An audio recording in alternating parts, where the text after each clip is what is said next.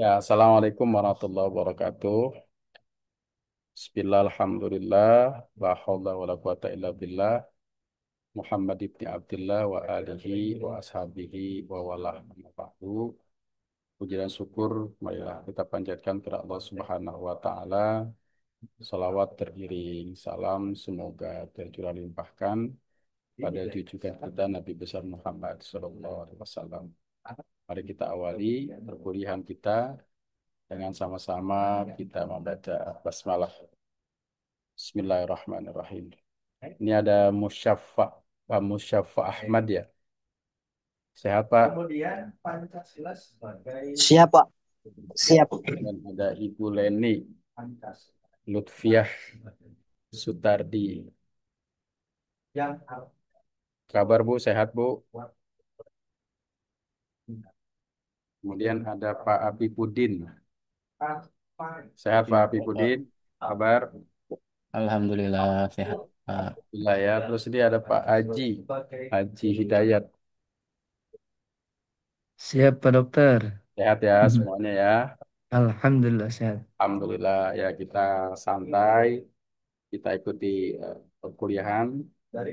Kita coba eh, kelas kita dulu ya, kita lihat kelas kita di kelas kemudian menjadi sebuah sumber inovasi dan desain pembelajaran di Google Classroom. Ini semuanya sudah masuk ya di Google Classroom ya. Di Google Classroom sudah masuk atau di e-kampusnya sudah bisa diakses belum?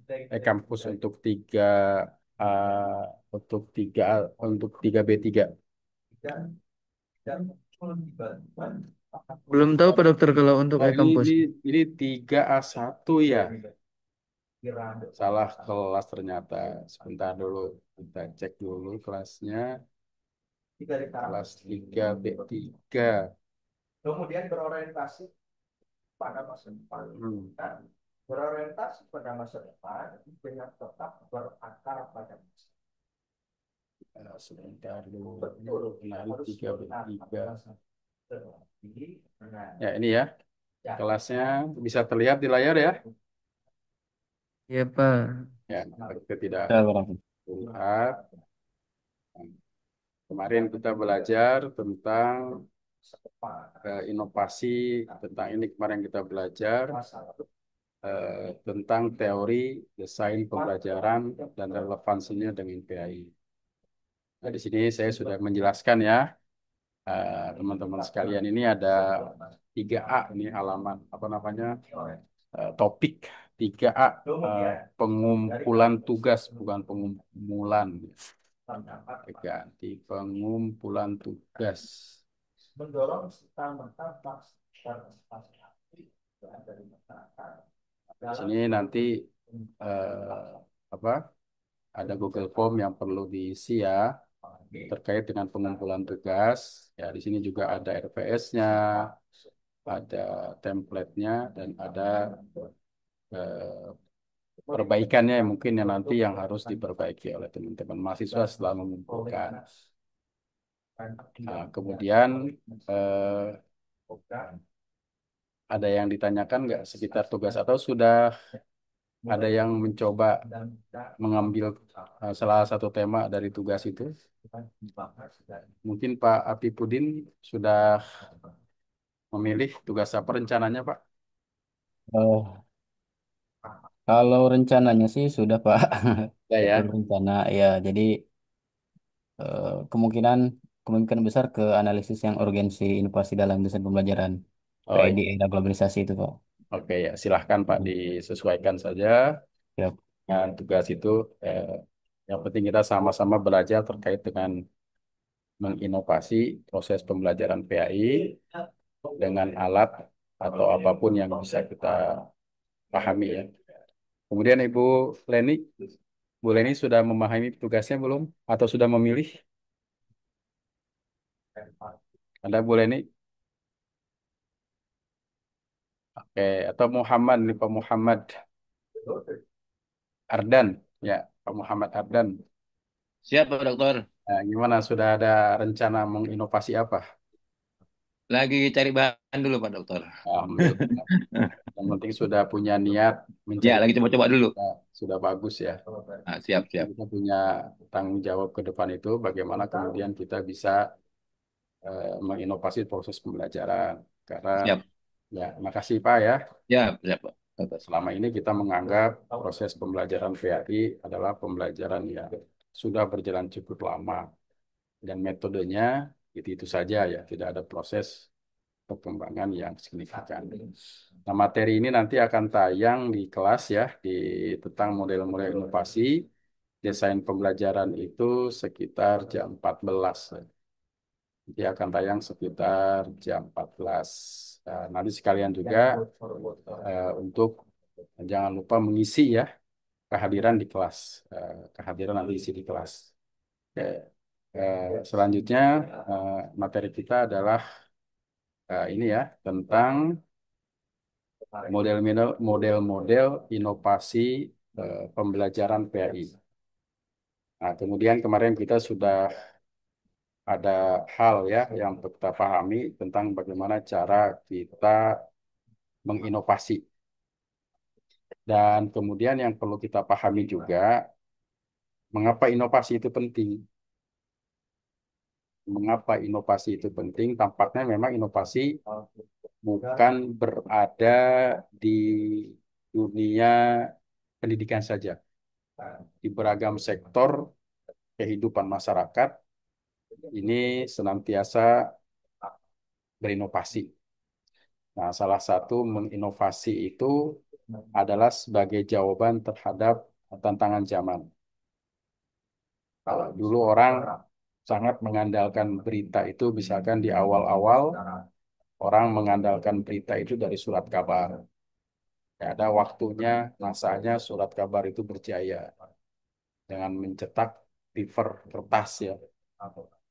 Tapi sampai saat ini itu terkalahkan ya dengan media dan perkembangan teknologi. Artinya orang-orang sekarang sudah tidak lagi menggunakan bacaan dalam bentuk paper atau seperti koran gitu ya. Yang dulu kan bisa dijual di setiap sudut-sudut keramaian. Nah, kalau sekarang itu sudah jarang terlihat. Artinya sudah ada media, sudah ada alat ya, di mana seorang itu tanpa menggunakan membeli secara manual kertas untuk dibaca berita hari ini, tapi berita itu cepat sampainya dengan hanya genggaman di ponsel misalkan dengan aplikasi aplikasi tertentu. Karena itu pengelola-pengelola yang tidak mampu menyesuaikan itu akan hilang, ya akan tergilas. Kemudian dulu kita kalau memesan perjalanan ya itu menggunakan waktu yang cukup lama. Mana-mana kita agak sulit. Nah, sekarang sudah tergantikan ya. Maka istilahnya kemudian ada konvensional, ada online, ojol ya, ojek online dan segala macamnya itu ya. Jadi semuanya itu sudah bertransformasi, sudah berinovasi. Nah, sekarang kalau pendidikan tidak berinovasi, ya maka akan ditinggalkan. Nah, maka penting bagi kita, orang-orang yang berada dalam dunia pendidikan itu untuk senantiasa berinovasi. Dan salah satunya adalah inovasi itu untuk menjawab tantangan zaman. Proses pembelajaran yang saat ini juga sangat berbeda ya. Respon orang tua itu berbeda dengan masa lalu dan saat ini. Kalau saat ini orang tua cenderung ya hal-hal yang terkait dengan proses pembelajaran itu tidak hanya intervensi dari guru saja. Kadang orang tua pun ikut intervensi. Karena jika terdapat hal-hal yang tidak layak yang dirasakan oleh anaknya atau peserta didik, ya mereka itu tidak terima. Nah, terkadang membuat orang atau guru atau sekolah itu merasa dalam tanda kutip ya terintimidasi. Nah, zaman-zaman ini harus memang sudah waktunya sudah kita lalui. Karena itu perlu kita berinovasi dengan hal-hal yang terkait dengan eh, proses pembelajaran itu. Walaupun mungkin proses berinovasi itu adalah melelahkan, ya, perlu energi, perlu tenaga, ya, perlu keseriusan, dan banyak-banyak aspek-aspek yang lainnya. Nah, termasuk juga saat ini ya, beberapa instansi pemerintah itu juga sudah membuat model tentang pelayanan ya. Yang dulu pelayanan harus datang, nah sekarang cukup menggunakan aplikasi-aplikasi tertentu yang ketika seorang datang itu sudah jadi ya. Nah, itu adalah tantangan-tantangan yang memang sekarang dihadapi. Nah, kemudian setelah selain dari apa namanya tantangan zaman, mengapa inovasi itu penting? Yang kedua adalah meningkatkan relevansi materi V dengan kehidupan siswa. Kehidupan siswa saat ini berbeda jauh dengan kehidupan siswa 20 atau 10 tahun yang lalu. Siswa saat ini sudah sibuk ya atau disibukkan dengan sesuatu di mana siswa itu eh, sudah menggunakan teknologi-teknologi gadget ya atau ponsel atau apapun istilahnya di mana mereka sudah mendapatkan informasi yang terbuka.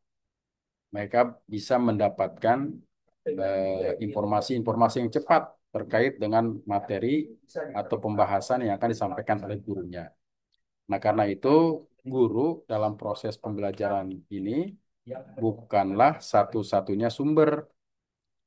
Karena itu seorang guru dalam menginovasi pembelajaran untuk saat ini harus berkolaborasi ya, harus berkolaborasi dengan siswa ataupun dengan guru-guru lainnya bahkan dengan orang tua dalam proses relevansi untuk menyampaikan materi VAI dalam kehidupan siswa.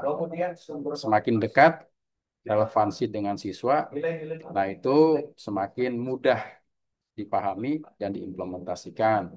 Tapi semakin jauh dari kehidupan siswa, maka implementasi itu terlihat agak sulit ya.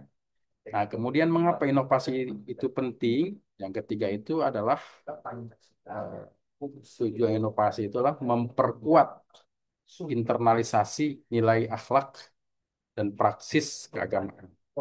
Jadi, jadi sekali lagi saya menyampaikan bahwa inti dari mata pelajaran VAI itu salah satunya adalah akhlak ya.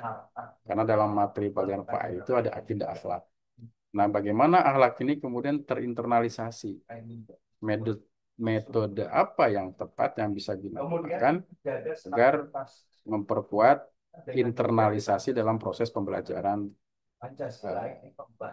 PAI dalam keagamaan siswa. Nah, kemudian, terus sekalian, mengapa inovasi itu penting? Ya, sebenarnya bisa juga kita sesuaikan dengan konteks kita. Orang yang tidak mampu berinovasi itu akan tertindas, maaf, akan tergilas ya oleh kondisi-kondisi zaman. Kita bisa melihat ya lembaga-lembaga pendidikan dulu bisa disebut sebagai sebuah lembaga pendidikan yang begitu maju dan diminati. Tapi perkembangan saat ini, nah itu bisa kita lihat apakah diminati atau tidak. Nah, ketika sebuah lembaga pendidikan itu mampu menyesuaikan dengan konteks zamannya, maka bisa menjadi sebuah lembaga pendidikan yang bertahan. Nah, tetapi kalau memang tidak mampu menyesuaikan dengan konteks zamannya, nah itu bisa menjadi suatu lembaga pendidikan yang bisa hancur ya, atau mungkin bisa tertinggal dari yang lainnya. Nah, salah satu model dalam proses pembelajaran adalah Di sini ada model TPACK ya. Model-model macam nanti akan saya sampaikan. Yang penting kita harus memahami dulu mengapa inovasi pembelajaran itu penting kita lakukan. Ya. Jadi berinovasi adalah proses perjalanan yang panjang, proses perjalanan yang melelahkan, tetapi kita berhasil melakukan sebuah inovasi, maka itu adalah sebuah kebanggaan. Ya. Nah, kemudian teman-teman sekalian nanti bisa melihat ya, dalam materi yang disampaikan. Nah, saya ingin langsung terkait dengan ini aja ya. Eh, Salah satu tentang cara mendesain ya. Ini ada yang terkait dengan tantangan kontemporer. Ya nanti Google Classroom nanti akan saya kirim di link ya. Tadi ada yang minta link. Stalus. Ya, ada model ADI ya. Nanti yang minta link bisa WA ke saya aja ya. Nanti saya kirim link kelasnya. Ada model ADI ya. Jadi analysis, design, development, implementation, dan evaluasi. Nah, kemudian ketika kita mendesain sebuah materi pelajaran ya ataupun suatu objek ya dengan model ADI ini harus meliputi tahapan-tahapan. Nah, tahapannya adalah yang pertama adalah analisis, menganalisis. Yang kedua adalah mendesain. Yang ketiga mengembangkan. Yang keempat mengimplementasikan dan yang keenam adalah mengevaluasi. Nah, kalau kita menggunakan tahapan-tahapan ini ya, ini sebenarnya sebuah tahapan budaya mutu ya.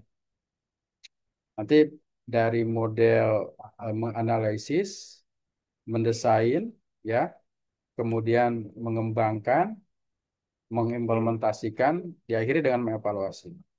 Ketika sudah mengevaluasi, nanti akan kembali ke menganalisis lagi. Terkaitnya dengan tema apa yang akan kita analisis.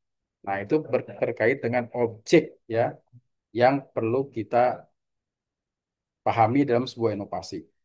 Artinya, ketika kita ingin menginovasi sebuah materi pelajaran atau sebuah objek atau sebuah institusi atau lembaga pendidikan, maka kita harus memahami dulu terkait dengan tema pokok yang akan kita bahas itu ya, yang akan kita desain itu. Nah, salah satu hal yang penting adalah kita menganalisis. Dan dalam konteks saat ini ya, kalau saya terkait dengan sampaikan tadi dengan budaya mutu, itu sudah harus menjadi ruh, menjadi bagian yang tidak terpisah dari proses pembelajaran atau pendidikan. Kenapa menjadi ruh? Karena pada saat ini semua orang sudah berlomba-lomba ya untuk memberikan sesuatu yang terbaik, sesuatu yang bisa diminati, sesuatu yang bisa dipahami, dan sesuatu yang bisa didapatkan dengan mudah. Nah, itu. Jadi kemudahan-kemudahan itu juga menjadi sebuah dasar dari inovasi. Nah, apa kemudahannya? Misalkan kemudahan terhadap akses pelajaran. Sekarang pemerintah ini kan sudah banyak memunculkan e-book ya, buku-buku yang terkait dengan buku elektronik atau buku-buku pelajaran. Bahkan guru-guru sudah dituntut ya untuk membuat modul ajar. Nah, ini adalah sebuah kemudahan. Nah, modul ajar yang dibuat ya kalau pada masa lalu kan bisa diperbanyak dengan fotokopi ya. Coba lihat sekarang, fotokopi ini rata-rata hampir menurun ya. Ini dalam perspektif saya ya, asumsi anggapan sementara dalam tempat-tempat tertentu itu menurun. Kenapa? Karena orang sudah berubah yang tadinya favor menjadi e-favor dengan model Word, PDF dan seterusnya. Ya. Jadi kertas yang dulu berjilid-jilid ya tinggal dibuat PDF saja itu lebih mudah. Termasuk guru. Jadi menginovasi materi pembelajaran bukan kemudian membuat siswa untuk memfotokopi. kemudian mempelajari itu. Masalah memfotokopi atau mencetak sekarang sudah diserahkan kepada siswa. Nah, maka kalau model pembelajaran seperti ini, guru harus mampu meletakkan materi-materi itu dalam sebuah pembelajaran. Nah, bisa saja kita menginovasi misalnya proses pembelajaran akidah akhlak yang didasarkan atas web. Nah, berarti guru memiliki web, kemudian di situ mereka mencantumkan materi-materi pembelajaran yang didasarkan atas dengan menggunakan bantuan Google Drive misalkan ya dan segala macamnya. Nah, di mana ketika siswa diminta untuk membaca materi-materi yang ada di Google Drive tersebut, nah tergantung gaya dia. Kalau dia bisa membaca dengan biasa di HP atau di komputer, nah itu eh, silakan saja. Tapi kalau dia mau mencetak itu urusan dia, tergantung gaya belajarnya. Jadi tidak harus dipaksakan harus mencetak. Nah, ini mungkin sebuah model inovasi dalam proses pembelajaran. Jadi kita bisa membuat model inovasi pembelajaran akidah akhlak misalkan berbasis website dengan menggunakan platform Google Site. Nah, seperti itu ya. Itu juga bisa sebuah inovasi. Jadi siswa ketika di rumah ataupun dimanapun dia bisa mengakses pelajaran dan mengakses pelajaran materi pelajarannya itu tidak harus datang ke sekolah dan membaca di perpustakaan. Dimanapun dia berada, dia bisa membuka akses itu. Terus materinya bagaimana? Ya, tinggal guru sekarang memiliki kemampuan untuk mampu membuat video-video pendek, materi-materi pendek yang mungkin bisa dipahami oleh siswa. Nah, jadi dunianya sudah cukup berbeda. Nah, di sini kita penting dengan menggunakan ADI ini, yang pertama yang harus kita lakukan adalah menganalisis, ya. Guru menganalisis kebutuhan siswa. Kebutuhan siswa itu apa? Berarti kita harus memahami gaya belajar siswa. Gaya belajar yang dulu pernah kita sampaikan itu beragam ya. Ada yang kinestetik, auditory, ada visual. Nah, ini juga harus kita pahami. Bahkan sekarang cenderung ya, siswa itu nggak mau berlama-lama di kelas gitu ya. Tapi kemudian kalau kita lihat pelajaran-pelajaran siswa saat ini justru mereka sangat lama di sekolah ya. Dibanding ketika waktu dulu saya di sekolah sejaman dengan mereka. Katakanlah ketika di Sanawiyah itu jam 12.30 itu udah sampai di rumah. Ya. Tapi sekarang mereka pulang itu bisa jam 14.30 bahkan ada yang 16 bahkan ada yang 16.30. Artinya mereka seharian di sekolah itu ya. Apakah kemudian dengan lamanya di sekolah itu eh, siswa sudah mendapatkan pengetahuan yang maksimal? Maka kemudian ada program MBG gitu kan, yang kemudian diharapkan mampu meningkatkan gizi dan kecerdasan siswa. Terkait dengan nuansa-nuansa politik yang ada di dalamnya, yang jelas sekarang ini sudah luar biasa ya.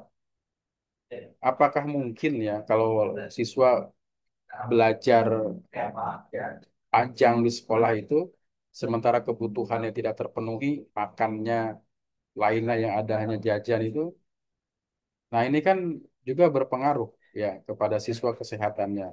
Maka kita bisa mendapatkan siswa yang rentan terhadap penyakit-penyakit tertentu karena memang ada apa dari menu atau makanan-makanan yang tidak sehat. Nah, ini kan kita perlu inovasi. Proses pembelajaran yang cukup panjang ya, di sekolah eh, berpengaruh nggak terhadap pengetahuan siswa. Tetapi hasil yang didapatkan berdasarkan survei dan segala macamnya ya, ya itu dilihat biasa-biasa saja. Tidak kemudian menghasilkan siswa yang pintar. Jadi lama itu tidak menjamin seorang itu pintar atau seorang itu hebat, mampu mempercepat. Maka itu dievaluasi. Penting kita mengevaluasi dengan model ADI ini. Ya, tapi yang harus kita pahami adalah model evaluasinya yang seperti apa gitu ya. Maka kita harus menentukan tema dulu, tema yang harus kita evaluasi. Nah, karena inovasi itu berawal dari sesuatu yang sudah ada, dari fenomena yang sudah ada. Nah, kalau baru berarti menemukan, tapi menginovasi berasal dari sesuatu yang ada. Dan perlengkapan-perlengkapan untuk inovasi juga harus dipahami secara baik. Karena yang menginovasi pembelajaran itu ya guru yang melakukan sebuah proses pembelajaran. Tidak bisa datang dari orang yang lain yang tidak melakukan analisis atau proses pembelajaran. Nah, setelah kita memahami tema yang kita lakukan ya, tema-tema yang kita pahami ini, maka kemudian tema ini menjadi hal yang harus kita pahami dulu. Tema ini sangat tergantung pada apa. Ya, saudara bisa bebas memilih tema yang dihadapi. Biasanya ini terkait dengan kehidupan kita. Nah, setelah itu kita analisis, ya, menganalisis. Menganalisis bisa menggunakan perangkat lain. Bisa menggunakan analisis SWOT, ya, kelebihan, kekurangan, peluang, ada di mana. Kemudian apa sesuatu yang harus kita lakukan. Itu juga menganalisis. Setelah menganalisis kita mendesain, menyusun skenario pembelajaran ya dan segala macamnya. Jadi ini prinsip-prinsip model ADI yang dalam metode analisis, desain, pengembangan, apa yang harus kita kembangkan harus dipahami dulu. Setelah dikembangkan, bagaimana kita mengimplementasikannya, kemudian mengevaluasinya. Dan ini harus berjalan dengan dari awal lagi, kalau memang sudah dilakukan. Karena itu, menurut saya, ini juga sangat terkait dengan yang disebut dengan model budaya mutu. Nah, kemudian yang keduanya, itu ada model yang disebut dengan TPAK ya, ya atau disebut dengan model TPACK. Apa itu? TPACK itu kepanjangan dari Technological, Pedagogical, Content Knowledge. TPACK. Apa maksudnya? Yang pertama, TPACK itu mendesain sesuatu, baik itu materi atau apapun, didasarkan atas content knowledge materi ya. Nah, berarti kita harus memahami materinya dulu apa, content knowledge-nya ya. Harus kita pahami materinya apa.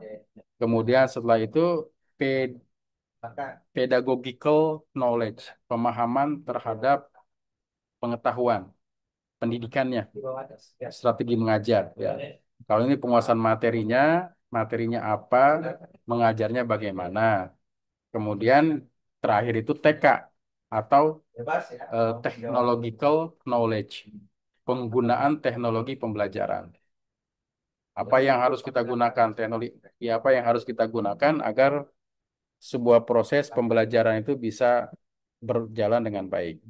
Nah, konten-konten ini kalau kita terapkan, ini ada contohnya, misalkan temanya apa? Misalkan kita berdasarkan tema makna syukur dalam kehidupan muslim. Ada kontennya apa? Berarti mengkaji ayat. Pedagoginya apa? Pendidikannya apa? Diskusi, refleksi, studi. Kemudian teknologinya apa? Teknologi yang kita gunakan itu biasanya menggunakan alat-alat yang dekat dengan siswa. Siswa menggunakan apa? Ya, bisa menggunakan konten-konten yang bermanfaat ya. Kemudian juga apa kemudian teknologi yang kita gunakan misalkan menggunakan Padlet ya atau siswa menuliskan pengalaman di apa di halaman-halaman tertentu yang kita gunakan. Nah, untuk kemudian pengalaman-pengalaman terkait dengan tema ini. Nah, jadi mahasiswa atau pelajar itu juga belajar, kemudian merefleksikan dari apa yang dia pelajari. Nah, ini model TPACK terkait dengan proses model pembelajaran. Ya, mulai dari content analysis, content knowledge, pedagogical knowledge, kemudian technological knowledge. Jadi ada teknologi yang dikembangkan. Nah, kemudian selain menggunakan model yang kedua, TPACK ini kita juga bisa menggunakan model yang ketiga. Ya, apa itu model yang ketiga? Model substitution, augmentation, modification, redefinition atau SAM. Nah, metode SAM ini digunakan untuk menilai sejauh mana teknologi mampu mengubah cara belajar. Nah, teknologi itu mampu mengubah cara belajar. Maka yang tahapan-tahapannya adalah eh, sama ini adalah substitution. Apa itu substitution? Nah, teknologi hanya menggantikan alat lama. Jadi kalau misalkan kita biasa menggunakan Siapa papan, itu di rumah dan setor mau kelas itu di lokal ini baru siapa dari mereka kita. kalau kita biasa menggunakan papan tulis, sekarang ya sebenarnya fungsi papan tulis digital ya sama, fungsinya papan tulis juga. Jadi fungsinya hampir sama, cuma lebih praktis saja, ya. Kemudian yang kedua ada augmentation, nah, peningkatan fungsi. Nah, sekarang dulu kalau belajar itu siswa biasanya dengan papan tulis, alat tulisnya kapur masa lalu. Saat ini sudah menggunakan whiteboard. Jadi yang putihnya papannya, yang hitamnya tintanya. Kemudian bisa menulis di situ. Nanti dikembangkan lagi. Mungkin nanti whiteboard itu akan ketinggalan. Nah, sekolah-sekolah nanti harus menggunakan eh, papan yang namanya digital, ya, yang sekarang rencananya diusahakan oleh pemerintah. Nah, itu pada intinya sama saja, tetapi memang lebih praktis. Kemudian peningkatan fungsinya, maka ketika sekolah ingin menggantikan sesuatu, ya itu harus dikaji dulu. Nah, harus menggunakan skala prioritas dan hal-hal lainnya. Yang ketiga ada modification. Tugas belajar diubah lebih dalam. Kemudian di akhir ada redefinition. Pembelajaran menjadi bentuk baru yang sebelumnya tidak mungkin dilakukan. Misalkan ini contoh ya. Jadi artinya kalau dengan teori summary ini kita menganalisis apapun ya, termasuk di dalamnya model belajar. Nah, kalau kita menggunakan model belajar dengan sistem summary ini, maka yang pertama yang harus kita pahami contoh dalam proses pembelajaran. Misalkan ada inovasi pembelajaran PAI. Ya ada temanya apa? Tafsir, Quran, dan kehidupan digital. Apa substitution atau teknologi yang digunakan? Ada e-book, ya mahasiswa mencari sumber dari e-book. Apa kemudian peningkatan fungsinya, augmentationnya, menggunakan Google Form untuk kuis interaktif. Kemudian apa modifikasinya? Mahasiswa membuat infografis digital tentang tafsir ayat. Apa kemudian redefinitionnya?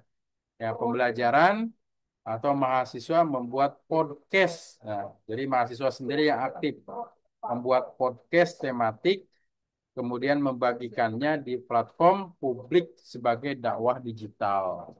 Nah, jadi tugas mahasiswa atau siswa membuat konten terkait dengan dakwah digital.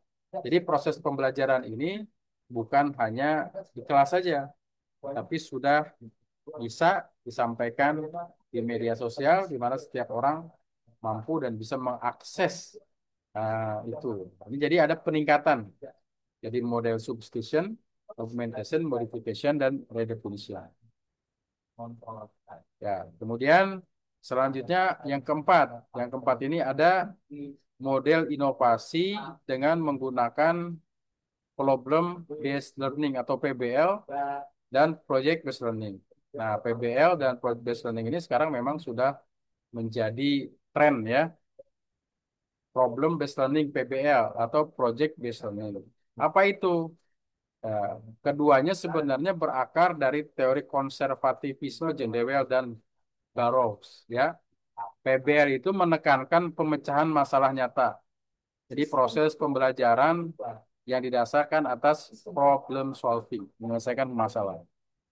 Yang kedua ada PJBL, Project Based Learning, menekankan hasil nyata. Tujuannya adalah agar peserta didik aktif, berpikir kritis, dan kolaboratif. Nah, teori model inovasi juga ini perlu kita lakukan. Contohnya apa? Misalkan dalam PA itu ada etika media sosial dalam perspektif Islam. Siswa mengidentifikasikan masalah etika media sosial. Mereka meneliti ayat dan hadis tentang gibah, fitnah, tabayun. PBL-nya apa?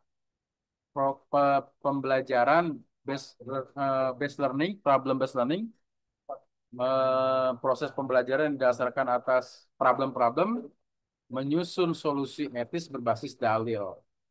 Ini PBL. Jadi mahasiswa atau mahasiswa diminta untuk apa? Mengumpulkan ayat-ayat Quran atau dalil-dalil dari hadis tentang eh, adab ketika kita bermasyarakat. Salah satunya misalnya menghindari tentang ghibah, fitnah, tabayun. Apa solusinya? Nah, solusinya mereka atau mahasiswa itu mengusung solusi etis ya, solusi etis. Berarti sifatnya normatif. Atau dalam bentuk pembelajaran berbasis proyek,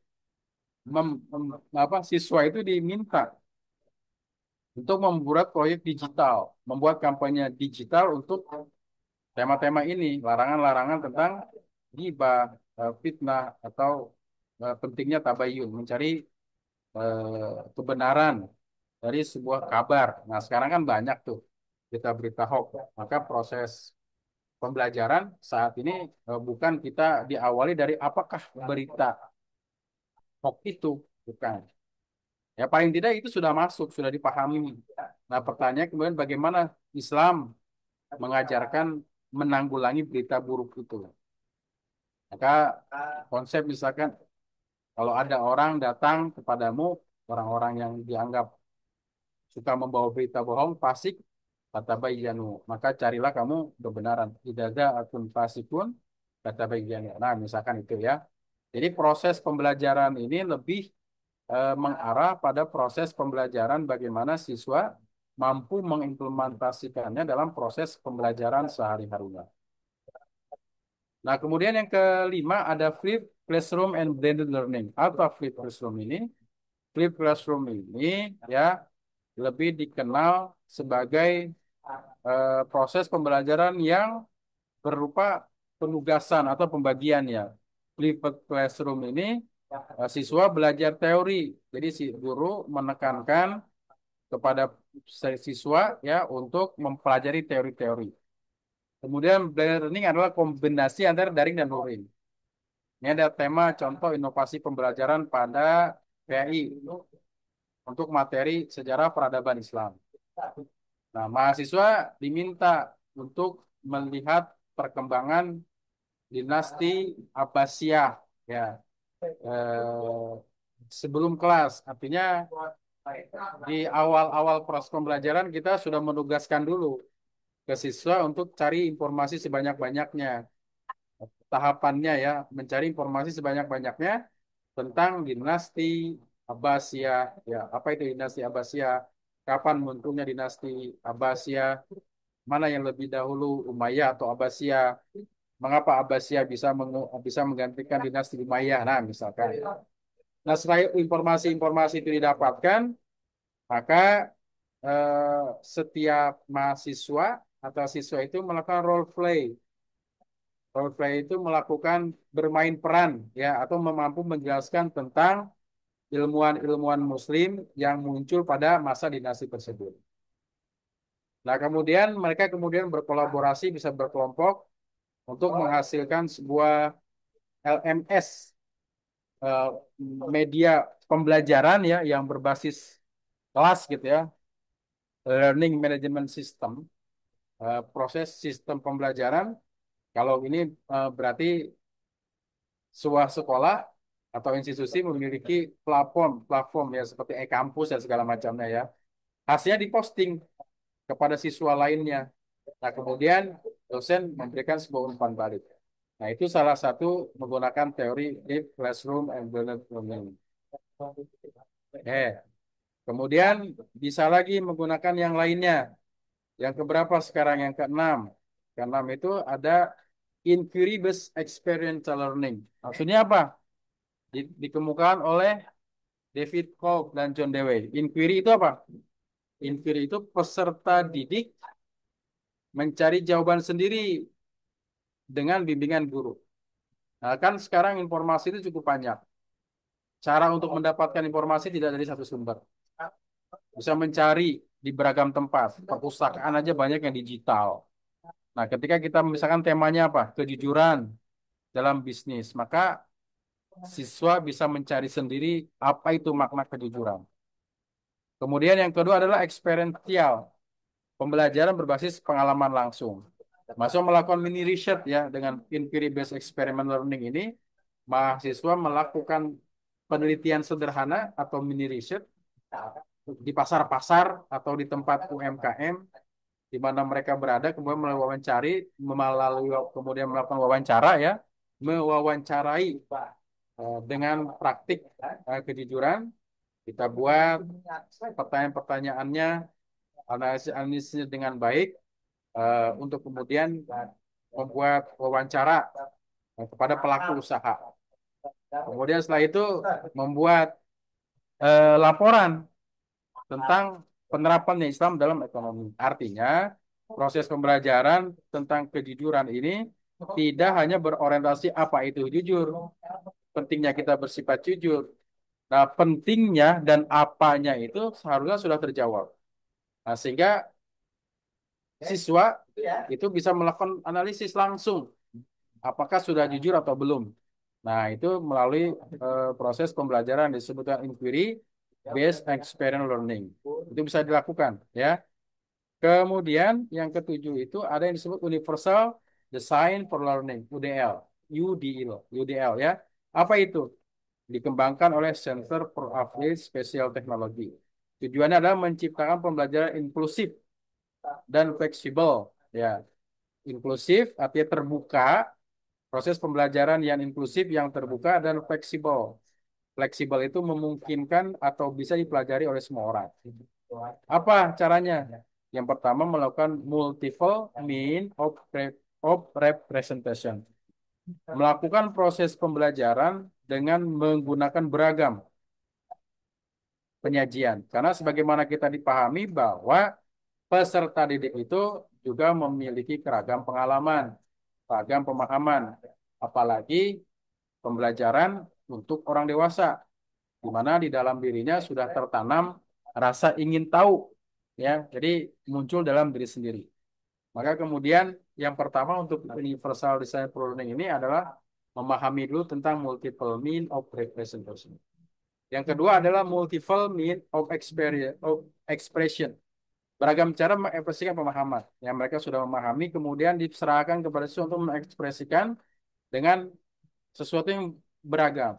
Bisa melalui cerita, bisa melalui presentasi, bisa melalui laporan, dan lainnya. Atau yang ketiga bisa multiple mean of engagement. Ya, memiliki beragam cara untuk keterlibatan dalam belajar. Nah, misalkan tema apa? Toleransi antar umat beragama. Guru biasanya dilakukan dengan menyediakan teks video dan infografis. Infografis tentang eh, keragaman bangsa. Kemudian siswa memilih cara mengekspresikan pemahaman. Mengekspresikan pengalaman dengan beragam media yang dipahaminya.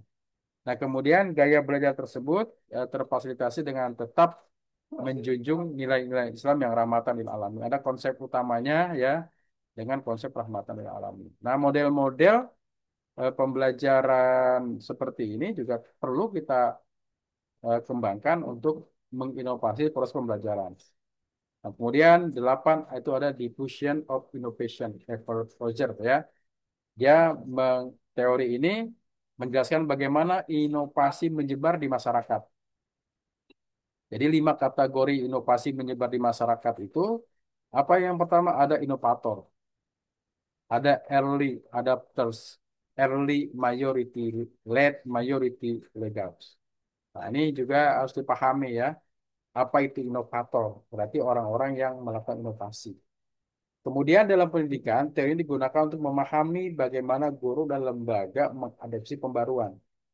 Contohnya misalkan pemanfaatan teknologi untuk dakwah. Dosen memperkenalkan aplikasi dakwah. atau digital sekarang sudah cukup banyak ya. Bisa Canva juga berdakwah, bisa macam-macam itu juga untuk berdakwah. Siswa mencoba membuat konten dakwah yang mengikuti apa mencoba membuat konten dakwah. Kemudian siswa menyebarkan konten dakwah. Nah, menyebarkan ini tentunya harus sudah melalui tahapan-tahapan seleksi ya yang dilakukan oleh guru. Jadi tidak langsung menyebar dakwahnya itu. Nah, yang kesembilan itu ada di akhir ya, ini ada penilaian dan evaluasi. Penilaian dan evaluasi atau inovasi pembelajaran ini di akhir biasanya ya. Ada mengevaluasi apa? Misalkan temanya integrasi nilai-nilai Islam dalam kehidupan sosial, formatif ya. Ini bisa jurnal digital, sumatif bisa portofolio. Jadi model inovasi yang digunakan.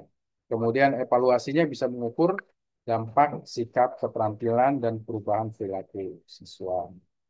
Nah, ini adalah beberapa teori inovasi yang perlu dipahami terkait dengan ragam inovasi. Nah, di akhir ini ada kesimpulan yang membedakan eh, hal-hal yang terkait dengan tema yang tadi sudah disampaikan. Ya, teman-teman sekalian, itu ya terkait dengan materi kita pada hari ini. Terkait dengan kelas, ya saya ingin coba dulu apa namanya mengundang saudara yang tadi agak kesulitan untuk bergabung di kelas ya. Bergabung di kelas. Nanti silakan klik di chat ya. Di chat itu ada saya kirimkan link untuk bisa bergabung di Google Classroom. Ya. Oke, terima kasih. Kalau ada hal yang didiskusikan silakan. Kalau ada yang ditanyakan mungkin. Oke, kalau tidak ada saya cukupkan. Terima kasih atas kehadirannya. Mohon maaf atas segala kekurangan. Jangan lupa teman-teman ya untuk mengisi kehadiran di Google Classroom. Terima kasih. Akhirul kalam. Assalamualaikum warahmatullahi wabarakatuh. Waalaikumsalam Waalaikumsalam warahmatullahi warahmatullahi wabarakatuh. wabarakatuh. Terima kasih Pak Dokter. Ya, sama-sama saya izin duluan.